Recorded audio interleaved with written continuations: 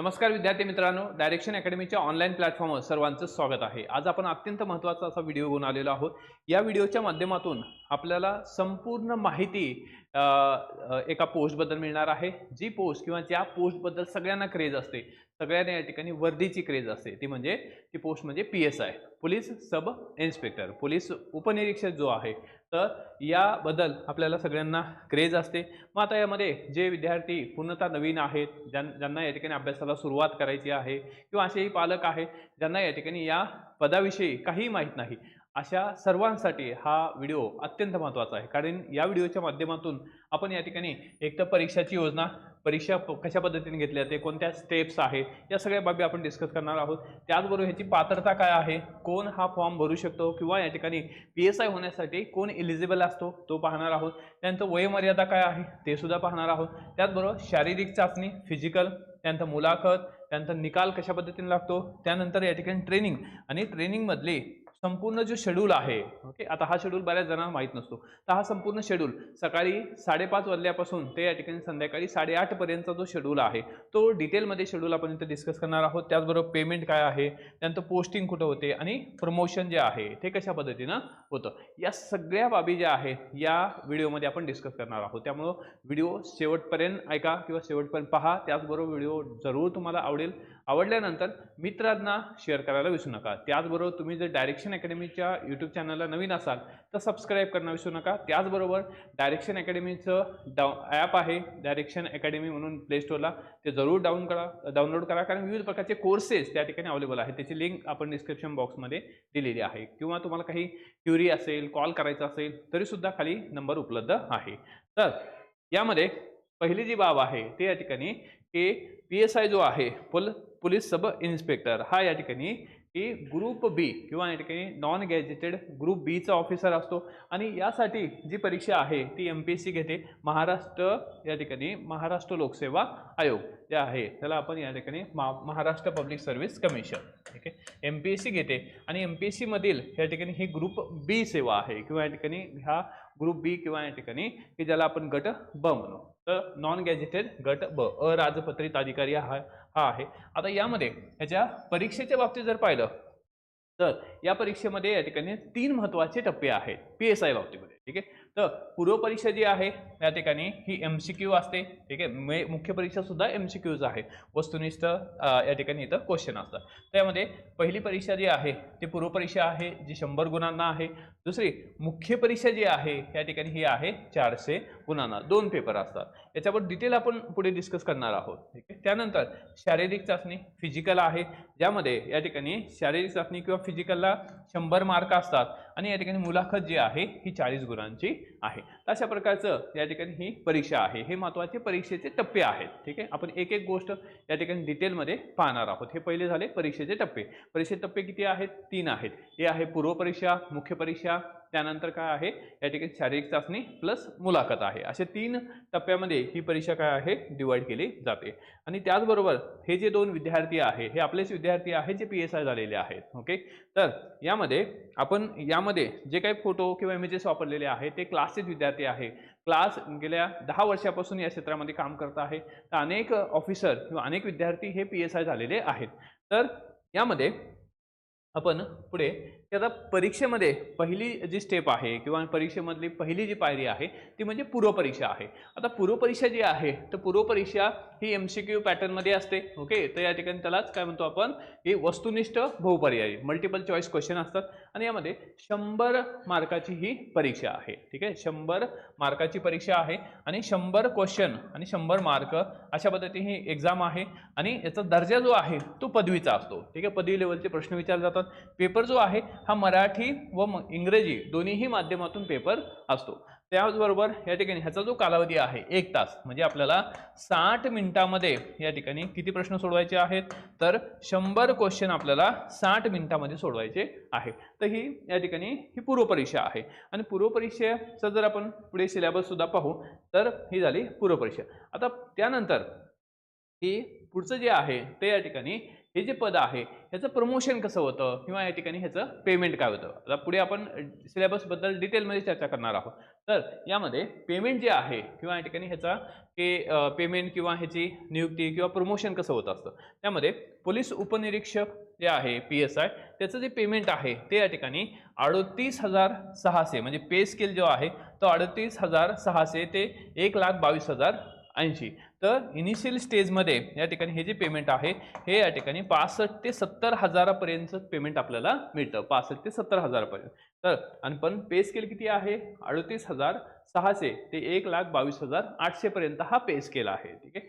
त्यानंतर नियुक्तीचं ठिकाण काय आहे तर राज्य शासनाच्या पोलीस दलाच्या महाराष्ट्रातील कोणत्याही कार्यालयात तो या ठिकाणी ऑफिसर म्हणून काय होतो या ठिकाणी रुजू होतो. आणि प्रमोशनमध्ये या ठिकाणी ज्येष्ठता व पात्रतेनुसार सहाय्यक पोलीस निरीक्षक व त्यावरील पदे जे आहे त्यावर या ठिकाणी जाता येतं.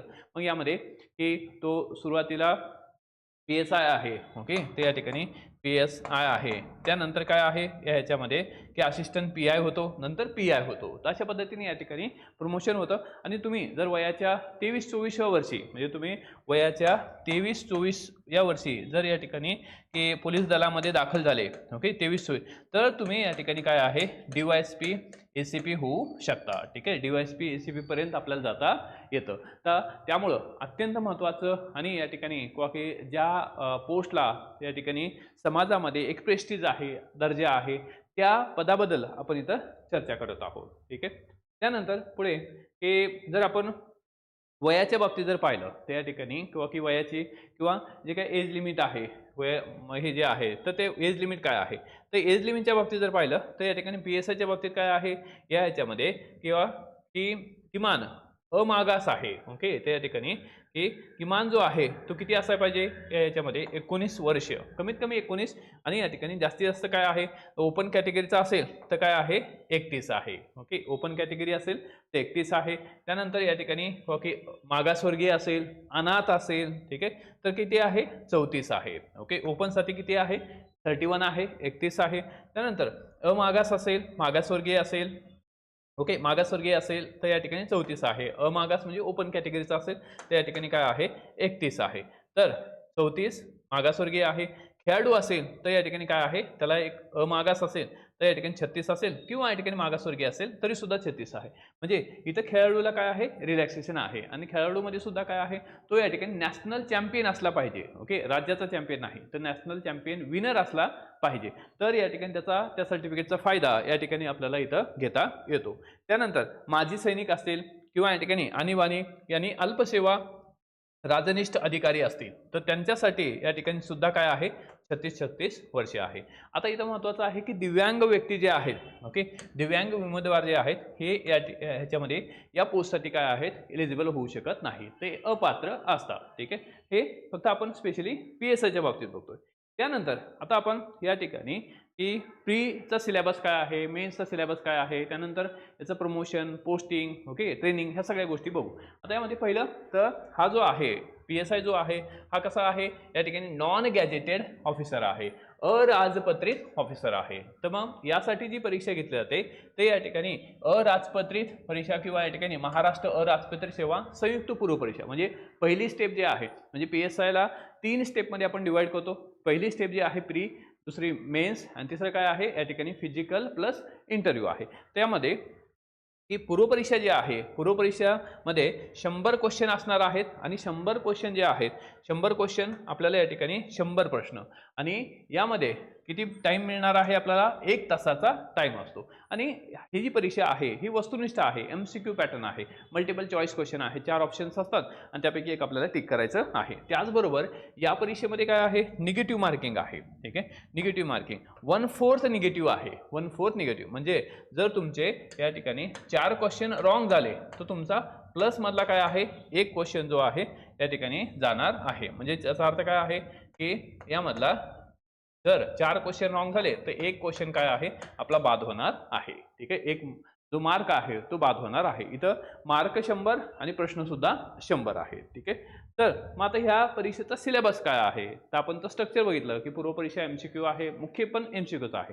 तर पूर्व परीक्षा ही 100 क्वेश्चन 100 मार्कासाठी ही परीक्षा आहे. ठीक आहे. आणि वेळ जो आहे, टाइम किती आहे, आपल्याला 60 मिनिटाचा टाइम आहे. ठीक आहे. 60 मिनिटाचा टाइम. आता या 60 मिनिटामध्ये आपल्याला या ठिकाणी 100 क्वेश्चन विचारले जातात आणि यामध्ये ते आपल्याकडं 8 टॉपिक आहेत. पूर्व परीक्षेला 8 टॉपिक आहेत आणि 8 टॉपिकमध्ये पहिलं जे आहे तो आहे या ठिकाणी इतिहास आहे. आणि इतिहासामध्ये सुद्धा काय आहे, आपल्याला आधुनिक भारताचा, विशेषतः महाराष्ट्राचा इतिहास, म्हणजे आपल्याला या ठिकाणी की 1857 पासून, त्याचबरोबर महाराष्ट्राचा इतिहास आहे, 1857च्या नंतरचा इतिहास आहे, यावर आपल्याला प्रश्न विचारले जातात. तर हे प्रश्न किती आहे, हे प्रश्न असतात 10 प्रश्न या ठिकाणी विचारले जातात.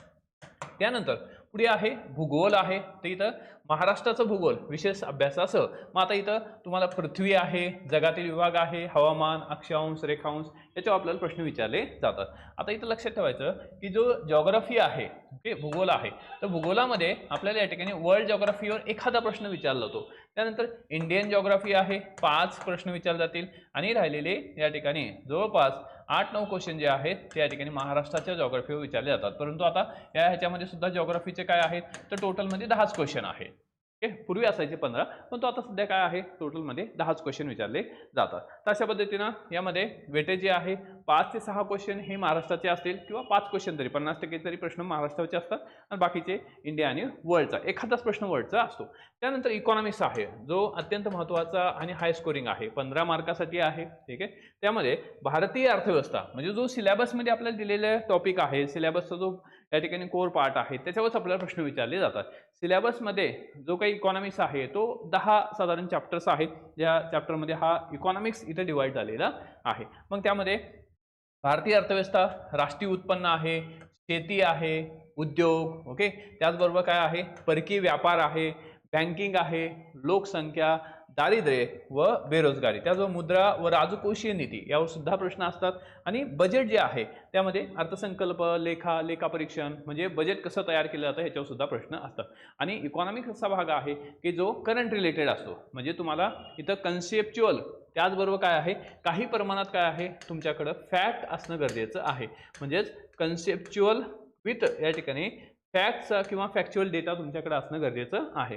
अशा प्रकारचा इकॉनॉमिक्स आहे. त्यानंतर करंट अफेअर्स आहे, 5वा जो मुद्दा आहे तो या ठिकाणी करंट अफेअर्स आहे. तर आपल्याला करंट अफेअर्स असतं. आता करंट अफेअर्समध्ये हे आपल्याला या ठिकाणी की जगातील, त्याचबरोबर देशातील, त्याचबरोबर महाराष्ट्रातील ज्या काही चालू घडामोडी आहेत, तर आणि चालू घडामोडीचा समावेश होतो. आणि तर चालू घडामोडीला सुद्धा आपण 2 भागात डिवाइड करतो. ओके, तर एक तर आहे या ठिकाणी प्युअर करंट आणि दुसरा आहे subject related current. Okay, pure current म्हणजे काय आहे, तर जसं या याच्यामध्ये की बाबा आढाव यांचा मृत्यू झाला, तर यांच्याबद्दलचं काय आहे, आपल्याला यांना मिळालेला पुरस्कार असेल किंवा एखादी या ठिकाणी ह्यांनी लिहिलेली एखादी पुस्तक असेल, त्यावर आपल्याला प्रश्न विचारला जातो. किंवा ह्यांनी त्यावेळेस कोणती चळवळ निर्माण केली, त्यावर सुद्धा प्रश्न विचारला जाऊ शकतो. ठीक आहे. मग हे जे आहे हे प्युअर करंट आहे. आणि सब्जेक्ट रिलेटेड करंट म्हणजे काय आहे, तर पॉलिटिक्सचा असेल, इकॉनॉमिक्सच्या रिलेटेड करंट असेल, ते सब्जेक्ट रिलेटेड करंट आहे. म्हणजे तुम्हाला पर्टिक्युलर टॉपिक दिलेला आहे आणि त्या संदर्भात आलेलं जे काही करंट आहे ते तुम्हाला इथं विचारलं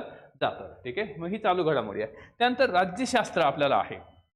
तर यामध्ये 15 क्वेश्चन जे आहे आपल्याला पॉलिटीवर, राज्यशास्त्र, कॉन्स्टिट्यूशनवर विचारले जातात. त्यानंतर आपल्याला आहे सायन्स आहे. आता सायन्समध्ये काय आहे, आपल्याला बायो, फिजिक्स, केमिस्ट्री. ओके, तर यामध्ये सायन्स आहे. त्यानंतर आपल्याला अंकगणित आणि बुद्धिमापन आहे. ओके, 15 हे या ठिकाणी 20 मार्कासाठी अंकगणित आणि बुद्धिमापन आहे. ठीक आहे. दोन्ही आपल्याला प्रश्न विचारले जातात. दोन्ही हिचं वेटेज जे आहे सगळ्यात जास्त आहे. 20 क्वेश्चन जे आहे त्या ठिकाणी गणित आणि बुद्धिमापनवर आपल्याला विचारले जातात. म्हणजे याचा अर्थ काय आहे, तर हा संपूर्ण जो पेपर आहे तो 100 क्वेश्चन आहे आणि 100 पैकी सर्वसाधारण जे काही कट ऑफ असतो त्यामध्ये 62 प्लसचा जो आहे हा कट ऑफ लागत आहे. म्हणजे आपल्याला की आपला जो अटेम्प्ट आहे साधारण 90 या ठिकाणी असणं गरजेचं आहे.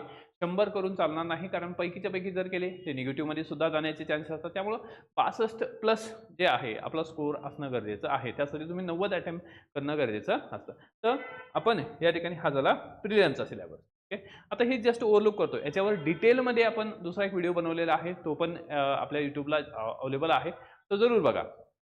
आता यामध्ये हे जर आपण मेन्सचा विचार केला तर मेन्स जी आहे ते मेन्स किती मार्काची आहे, तर एकूण 400 मार्काची मुख्य परीक्षा आहे. ठीक आहे, 400 मार्काची मुख्य परीक्षा आहे. मग या मुख्य परीक्षेला पेपर 1 जो आहे पेपर 1 जो आहे हा 200 मार्कासाठी आहे आणि पेपर 2 ऑल्सो किती आहे, 200 गुणांसाठी आहे. तर यामध्ये हे 400 मार्काची परीक्षा आहे. मग आता ह्या 400 मार्कापैकी पहिला जो पेपर असतो तो असतो मराठी आणि इंग्रजीचा पेपर आहे, ज्यामध्ये 50 क्वेश्चन मराठीचे, 50 क्वेश्चन इंग्लिशचे आणि ही सुद्धा कशी आहे, या ठिकाणी मल्टिपल चॉईस क्वेश्चन आहे, वस्तुनिष्ठ क्वेश्चन आहे, तुम्हाला टिक करायचं आहे. मग 50 क्वेश्चन म्हणजे किती गुण येणार आहे, 2 मार्काला एक प्रश्न आहे. तर मग 100 क्वेश्चन जे आहे, 100 मार्क जे आहेत ते पेपर 1ला.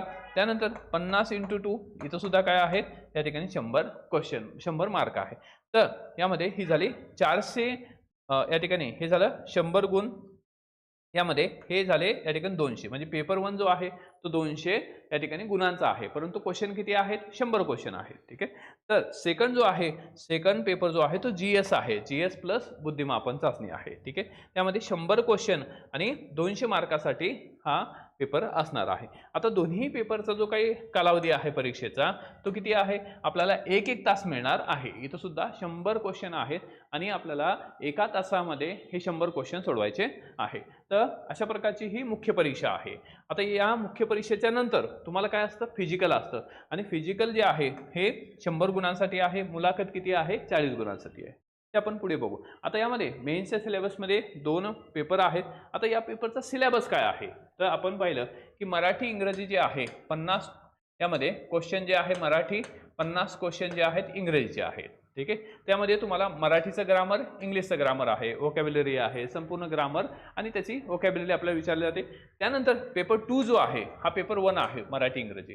पेपर 2 जो आहे हा 100 क्वेश्चनसाठी आहे. आता इथं GS आहे, त्याचबरोबर काय आहे, तुम्हाला बुद्धिमापन चाचणी आहे. तर यामध्ये सामान्य बुद्धिमापन व आकलन कसं आहे यावर आपल्याला प्रश्न विचारले जातात आणि यामध्ये उमेदवार किती लवकर व अचूकपणे विचार करू शकतो, ओके, हे आजमावण्यासाठी हे काय आहेत, हे प्रश्न आहेत. ते तुम्ही किती लवकर विचार करू शकता. ठीक आहे, लॉजिक किती लावू शकता, तर यावरचे हे प्रश्न आहेत. त्यानंतर चालू घडामोडी आहेत. त्यानंतर अंकगणित व सांख्यिकीवर प्रश्न विचारले जातात. त्यानंतर माहितीचा अधिकार आहे. ओके, माहितीचा अधिकार म्हणजे 2 इथं या ठिकाणी कायदे आहेत. एक तर माहितीचा अधिकार आहे, राईट टू इन्फॉर्मेशन आहे, आणि दुसरा आहे महाराष्ट्र लोकसेवा हक्क अधिनियम, महाराष्ट्र लोकसेवा हक्क अधिनियम. त्यानंतर आपल्याला पॉलिटी आहे, राज्यशास्त्र आहे. ठीक आहे, त्यामध्ये की भारतीय संघ व राज्य व्यवस्था. आता यामध्ये जे टॉपिक दिलेत, पॉईंट दिलेत, या पॉईंटला धरूनच तुम्ही अभ्यास करणं गरजेचं आहे. या पॉईंटच्या बाहेर काही प्रश्न विचारला जात नाही. म्हणजे सिलेबस आहे, सिलेबस हा काय आहे, एक प्रकारचा आपला मिरर किंवा आरसा आहे. ठीक आहे, तर यामध्ये या परीक्षेमध्ये पास व्हायचं तर याच्यामध्ये आपल्याला सिलेबस, पहिली गोष्ट स्टेप महत्त्वाची आहे, तो आपल्याला सिलेबस माहीत असला पाहिजे. म्हणजे आपल्याला सक्सेसची जर सीडी या ठिकाणी चढायची असेल तर सगळ्यात महत्त्वाचं काय आहे, सिलेबस आहे. मग तो सिलेबस तुम्हाला माहीत असणं गरजेचं आहे. सिलेबस जर माहीत झाला तर त्या सिलेबसला धरूनच आयोग प्रश्न विचारतं. त्यानंतर तुम्ही दुसरा जो तुमचा सोर्स आहे तो म्हणजे काय आहे, MCQ आहे. ओके, MCQ म्हणजे या ठिकाणी PYQs आहे, मल्टिपल म्हणजे प्रिव्हियस इयरचे क्वेश्चन जे आहे ते तुम्ही पाहणं गरजेचं आहे. मग यामध्ये जे दिलेलं आहे तोच, त्याच्यावरच आपल्याला काय आहे, आयोग प्रश्न विचारत असतं. त्यामध्ये भारतीय राज्यघटना आणि त्यावरचे हे संपूर्ण प्रश्न आहे. त्यानंतर आपल्याला आहे महाराष्ट्राचा आणि भारताचा भूगोल. तर यामध्ये भारत आणि महाराष्ट्राचा जो भूगोल आहे, जो प्रिलियमला आहे तोच या ठिकाणी आपल्याला असणार आहे, पण तो काही या ठिकाणी किंवा की याच्यामध्ये काही एक्सटेन्शन जे आहे किंवा या ठिकाणी थोडी भर जास्त घालण्यात आलेली आहे. मग त्यामुळे हे जे सगळे पॉईंट्स आहेत हे सगळे पॉईंट तुम्ही कव्हर केले पाहिजे, कारण आयोग जो आहे दिलेल्या सिलेबसच्या बाहेर काही विचारत नाही. जर आपण सिलेबसच पूर्ण नाही केला तर या ठिकाणी काय आहे की मग आपल्याला हा प्रॉब्लेम होऊ शकतो. त्यानंतर यामध्ये की आपल्याला पुढे जे आहे पर्यावरण आहे, पर्यावरणावर सुद्धा आपल्याला प्रश्न विचारतात, एन्व्हायरमेंट आहे, तर हा सुद्धा या ठिकाणी टॉपिक महत्त्वाचा असतो. त्यानंतर आपल्याला आहे सामान्य विज्ञान व तंत्रज्ञान. आता आपल्याला इथं बायोफिजिक्स, केमिस्ट्री आहे, त्याचबरोबर काय आहे, टेक्नॉलॉजी आहे. आपल्याला जसं या ठिकाणी दूरसंवेदन आहे, हवाई, ड्रोन, ओके, तर या ठिकाणी GIS सिस्टीम काय आहे यावर आपल्याला इथं प्रश्न विचारले जातात. त्याचबरोबर माहिती व संप्रेषण तंत्र, इन्फॉर्मेशन अँड कम्युनिकेशन टेक्नॉलॉजी जी आहे यावर आपल्याला प्रश्न विचारले जातात. त्यानंतर पुढचा महत्त्वाचा घटक जो आहे इकॉनॉमिक्स आहे. मग अर्थव्यवस्था व नियोजन, विकास विषयक अर्थशास्त्र. मग याच्यामध्ये समग्र लक्ष्य अर्थशास्त्र आहे, भारतीय अर्थव्यवस्था आहे, त्यावर आपल्याला इथं प्रश्न विचारले जातात. तर अशा प्रकारचा हा मेन्सचा सिलेबस आहे. आणि आपल्याला ही PSI होण्यासाठी मेन्स हा सगळ्यात महत्त्वाचा फॅक्टर आहे, कारण आपल्याला मेन्सचे जे मार्क आहे हे सगळ्यात महत्त्वाचे आहेत आपल्या या ठिकाणी मेरिटसाठी आणि आपल्या या ठिकाणी फायनल सिलेक्शनसाठी. ठीक आहे, तर या ह्याच्यामध्ये ही 400 मार्काची मुख्य परीक्षा आहे. आता मुख्य परीक्षेच्या नंतर आपली काय होत असते, शारीरिक चाचणी होते. ठीक आहे, फिजिकल होतं. मग फिजिकलमध्ये या ठिकाणी काय आहे की पुरुषाच्या बाबतीत जर पाहिलं तर याच्यामध्ये काय आहे, उंची 165 सेंटीमीटर असावी कमीत कमी, आणि छाती जी आहे न फुगवता किती आहे, 79 सेंटीमीटर आहे, आणि फुगवण्याची काय आहे प्लस, म्हणजे 79 प्लस काय आहे 5, हे अशा पद्धतीने असलं पाहिजे. आणि महिलांसाठी काय आहे, या ठिकाणी उंची जी आहे ही असते 157 सेंटीमीटर. 157 या ठिकाणी काय आहे महिलांसाठी आहे, पुरुषांसाठी आहे 165. ठीक आहे, आता यामध्ये फिजिकल जे आहे, फिजिकल कसं आहे, 100 मार्कासाठी फिजिकल आहे. आणि हे जे फिजिकल आहे हे क्वालिफाईंग आहे. शारीरिक चाचणी जी आहे ही क्वालिफाईंग नेचरची आहे. म्हणजे याचा अर्थ काय आहे की तुम्हाला एकूण गुणापैकी किती गुण घ्यायचे आहेत, एकूण गुणापैकी किमान 60%, ओके, किती टक्के, 60% गुण घेणं गरजेचे आहेत. म्हणजे आता 100 पैकी 60% म्हणजेच किती आहे, ते या ठिकाणी 60 मार्क. म्हणजे आपल्याला 100 पैकी 60 मार्क घेणे गरजेचे आहेत. जर एखाद्याने 60 मार्क जर त्याला घेते नाही आले तर तो काय होतो, फिजिकलमध्ये डिस्क्वालिफाय होतो, म्हणजे या ठिकाणी तो पुढे जाणार नाही. तर यामध्ये 60 गुण घेणं गरजेचं आहे. मग तरच तो काय आहे, मुलाखतीस पात्र होण्यासाठी हा आवश्यक आहे. आणि त्याचबरोबर तसेच या गुणांचा अंतिम गुणवत्ता करता किंवा अंतिम निवडी करता विचार होणार नाही. ओके, मुद्दा काय आहे या ह्याच्यामध्ये की तुम्हाला मिनिमम 60 मार्क पाहिजे. मग त्यामध्ये 60 मार्कामध्ये तुम्ही या ठिकाणी महिला असू द्या किंवा पुरुष असू द्या, दोघांनाही काय आहे, तुम्हाला 60 मार्क हे गरजेचे आहेत. आणि एखाद्याला 100 पैकी 100 जरी पडले तरी सुद्धा काय आहे, त्याचा काउंटिंग होणार नाही. Just it's a qualifying nature. म्हणजे तुम्हाला 60 मार्क हे असलेच पाहिजे. 60च्या कमी आलं तर या ठिकाणी डिस्क्वालिफाय होता, 60च्या जास्त आलं तर या ठिकाणी काय आहे, ते काही काउंट होत नाही. ठीक आहे, हा फिजिकल जे आहे हे क्वालिफाईंग नेचरचं आहे. मग आता ह्याच्यामध्ये पुरुषांसाठी जे फिजिकल आहे ते 4 या ठिकाणी त्याच्यात इव्हेंट आहेत. पहिला आहे धावणे आहे, 800 मीटर आहे, त्यामध्ये किमान 50 गुण असतात. त्यानंतर पुलअप्स आहेत, किमान 20 गुण आहेत. गोळाफेक आहे, या ठिकाणी किमान 15 गुण आहेत. आणि लांब उडी जी आहे हे 15 गुण आहेत. हे पुरुषांसाठी झालं. आता महिलांसाठी काय आहे, धावणे आहे, किती मीटर आहे, ते या ठिकाणी 400 मीटर आहे, गुण आहेत 50. लांब उडी आहे या ठिकाणी 30, आणि गोळाफेक जो आहे तो किती आहे, 20 मार्क. तर अशा पद्धतीनं या ठिकाणी हे या 100 मार्काचं जे डिस्ट्रीब्युशन आहे ते अशा पद्धतीने केलेलं आहे. आणि आपल्याला 100 पैकी 60 मार्क गरजेचे आहेत. त्यानंतर तुम्ही पुढे जाता इंटरव्ह्यू. आता इंटरव्ह्यू जो आहे या ठिकाणी हा काय आहे, हा तुम्ही किती अभ्यास केलेला आहे किंवा या ठिकाणी तुम्ही किती ज्ञानी गुणी आहात हे चेक करणार नाही. तर इथं काय आहे, तुमची पर्सनॅलिटी टेस्ट आहे. ठीक आहे, मग पर्सनॅलिटी टेस्टमध्ये काय आहे, तुमचं बॅकग्राऊंड काय आहे, तुम्हाला या ठिकाणी तुमच्या जिल्हा असेल तर जिल्ह्याबद्दल विचारलं, तर तालुका असेल, गाव असेल, ओके, तुम्हाला या ठिकाणी तुमची एखादी हॉबी असेल तर त्या हॉबीबद्दल, छंदबद्दल प्रश्न विचारले जातात. म्हणजे या इंटरव्ह्यूमधून तुम्हाला या ठिकाणी तुमच्याकडे किती नॉलेज आहे हे या ठिकाणी काउंट केलं जात नाही, कारण नॉलेजची टेस्ट झालेली आहे. नॉलेजची टेस्ट म्हणजे कोणती आहे, तर तुमची मेन्स आहे. मुख्य परीक्षा ही नॉलेजची टेस्ट आहे. तर यामध्ये तुम्ही या ठिकाणी कशा पद्धतीने, कसं हजरजबाबीपणा आहे, तुम्ही या ठिकाणी तुमचं लॉजिक कसं आहे हे चेक केलं जातं, कारण तुम्ही ऑफिसर होणार आहे. त्यासाठी ही सगळ्या बाबी आहे. तुमचं नॉलेज चेक करण्याची ही टेस्ट नसते, तुमची पर्सनॅलिटी चेक करण्याची ही टेस्ट असते. तर हे यामध्ये आपल्याला 40 मार्काची ही काय आहे, मुलाखत असते. 40 मार्काची मुलाखत आहे. आणि त्यानंतर या ठिकाणी आपलं फायनल सिलेक्शन आहे. तर आपण गेल्या 10 वर्षामध्ये अनेक विद्यार्थी डायरेक्शन अकॅडमीच्या माध्यमातून PSI झालेले आहेत. आणि तुम्हाला सुद्धा या ठिकाणी PSI व्हायचं आहे, कारण ही ड्रीम पोस्ट असणार आहे तुमची. त्याचबरोबर या पोस्टसाठी तुम्हाला जे काही डेडिकेशन लागतं किंवा तुमच्याकडून काम करून घेणं गरजेचं आहे. ओके, हे सगळे जे आहे ते या ठिकाणी टीम डायरेक्शन हे करून घेते.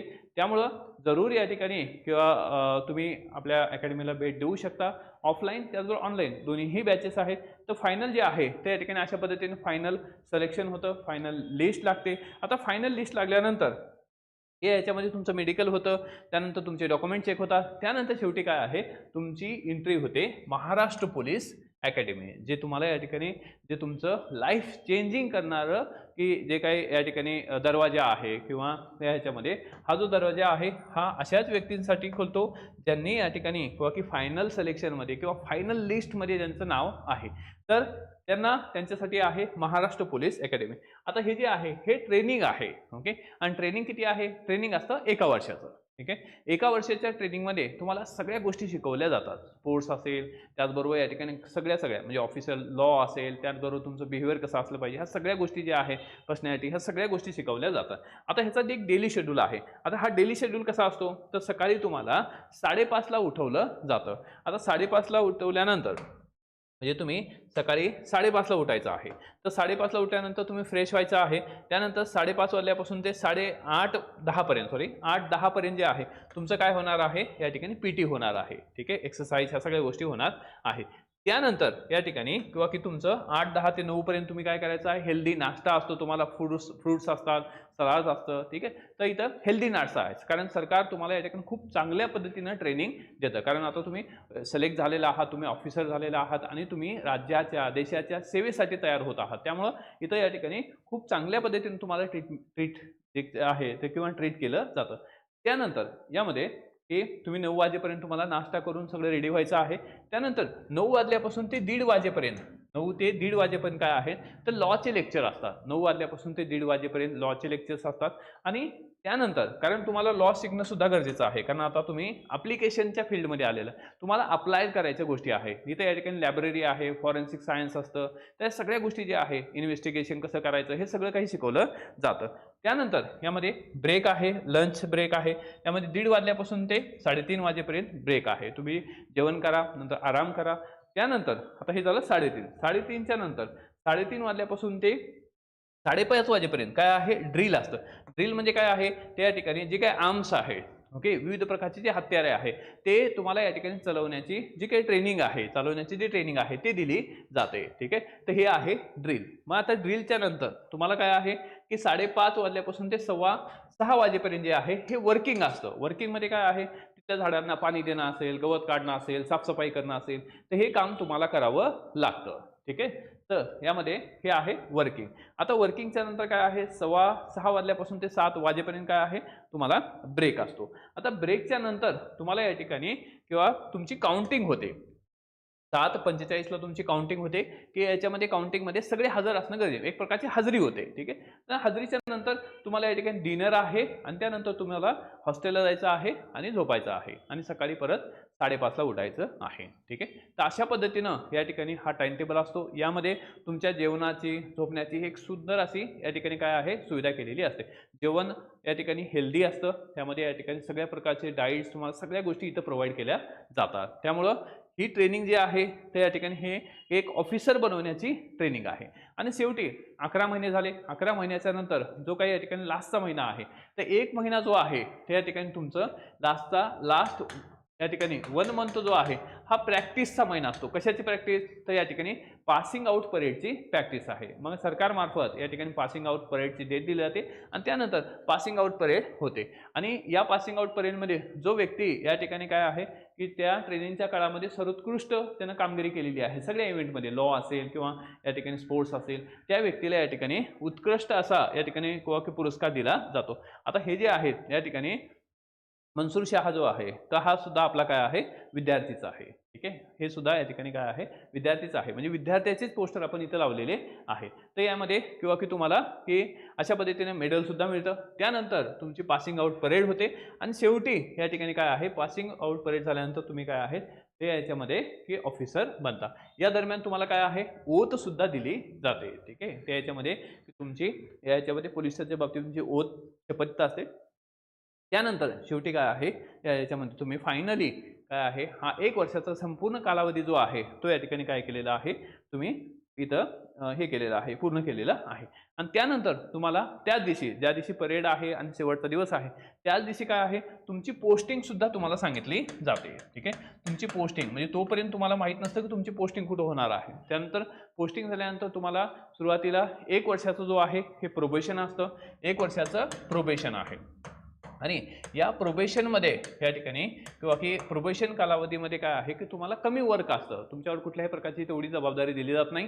परंतु जसंही प्रोबेशन संपलं तर मग तुमच्यावर काय आहे या ठिकाणी विविध प्रकारच्या रिस्पॉन्सिबिलिटी दिल्या जातात. तर अशा प्रकारची ट्रेनिंग आणि शेवटी या ठिकाणी ह्याचं जे पेमेंट आहे तर पेमेंट जे आहे ते 38,600 1,22,800 म्हणजे साधारण 70,000 रुपये या ठिकाणी हे आपल्याला पेमेंट इथं असते. ठीक आहे. तर यामध्ये या झाल्या PSIच्या बाबतीमध्ये संपूर्ण इन्फॉर्मेशन. ठीक आहे. तर निश्चित तुम्हाला आवडली असेल तर जे विद्यार्थी म्हणजे सुरुवातीपासून तयारी करत आहेत किंवा या ठिकाणी अभ्यास म्हणजे जे विद्यार्थी सुरुवात करण्याचा प्रयत्न करत आहेत किंवा की जे विद्यार्थी फर्स्ट इयर सेकंड इयरला आहे किंवा थर्ड इयरला आहे त्यांना या ठिकाणी ABCD माहीत नाही त्यांच्यासाठी हा व्हिडिओ अत्यंत महत्त्वाचा आहे. आणि तशाच विद्यार्थ्यांसाठी जे 2026 किंवा 27 साठी प्रिपेअर करत असतील त्यासाठी आपण स्पेशल अशी PSI इंटिग्रेटेड बॅच लॉन्च केलेली आहे, ज्यामध्ये तुम्हाला पूर्वपरीक्षा, मुख्य परीक्षा, इंटरव्ह्यू संपूर्ण गाईडन उपलब्ध होणार आहे. आणि ही त्या ठिकाणी बॅच यामध्ये तुम्हाला ऑफलाईन त्याचबरोबर ऑनलाईन दोन्ही मोडमध्ये उपलब्ध आहे. ऑफलाईन ॲट छत्रपती संभाजीनगर आणि ऑनलाईन ही जे आहे ते डायरेक्शन अकॅडमीचं ॲप आपल्याला डाउनलोड करायचं आहे. यामध्ये संपूर्ण सिलेबस आपण इथं कव्हर करत आहोत. त्याबरोबर अनलिमिटेड वॉच टाईम आहे, टेस्ट असतील, नोट्स असतील, PYQ सेशन्स असतील आणि संपूर्ण जे PSI म्हणजे पूर्वपरीक्षा, मुख्य परीक्षा आणि इंटरव्ह्यू जो आहे त्याचं संपूर्ण गायडन्स जे आहे ते तुम्हाला इथं उपलब्ध होणार आहे टीम डायरेक्शनच्या माध्यमातून. यासाठी आपल्याला काय करायचं आहे तर डायरेक्शन अकॅडमीचं ॲप आहे प्ले स्टोअरला, डाउनलोड करा. त्या ठिकाणी डेमो लेक्चर सुद्धा अवेलेबल आहे, डेमो पहा. त्यानंतरच तुम्हाला काय आहे प्रवेश निश्चित करायचा आहे. आणि सुरुवातीच्या या ठिकाणी अर्ली बर्ड्स किंवा सुरुवातीच्या काही विद्यार्थ्यांसाठी आपण विशेष अशी सवलत ठेवलेली आहे. ती सवलत सुद्धा तुम्हाला ॲपमध्ये दिसणार आहे. तर त्या सवलतीचा सुद्धा तुम्हाला लाभ घ्यायचा आहे. आणि त्यानंतर तुम्हाला जर काही क्युरी असेल त्या नंबरला क्युरी तुम्ही लिहू शकता. त्याचबरोबर आपलं डायरेक्शन अकॅडमीचं टेलिग्राम चॅनल आहे ते जरूर जॉईन करा, कारण तुम्ही टेलिग्राम जॉईन केलं त्यानंतर तुम्हाला सगळ्या प्रकारचे अपडेट बाबी इथं मिळतील. ठीक आहे. आय होप तुम्हाला हा व्हिडिओ आवडला असेल. पूर्ण होलिस्टिक व्हिडिओ आपण बनवण्याचा प्रयत्न केला, संपूर्ण माहिती PSIच्या बाबतीत आपण इथं प्रोव्हाइड केलेली आहे. तर हा व्हिडिओ त्या ठिकाणी लाईक सुद्धा करा आणि मित्रांना सुद्धा शेअर करायला विसरू नका आणि इव्हन तुमच्या प्रतिक्रिया सुद्धा द्या. थँक्यू. All the best. जय हिंद.